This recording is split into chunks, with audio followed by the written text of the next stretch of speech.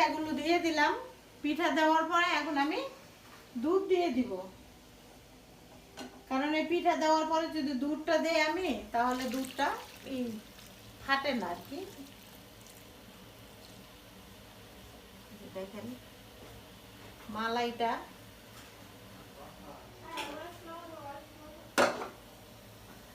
এখানে 1 কেজি দুধ আমি দিয়ে দিলাম।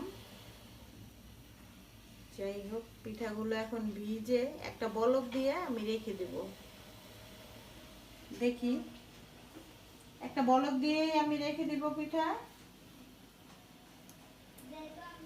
এভাবে আমি পিঠা ভিজাই, ছড়ানো একটা বলের ভিতরে। দেখেন এই বলটা, এই বলের ভিতরে ছড়ানো আছে। পিঠাগুলো উঠাইতেও ভালো, আর পাতিল থেকে উঠাইতে একটু কষ্ট হয়, ভেঙে যায়, এই আর কি।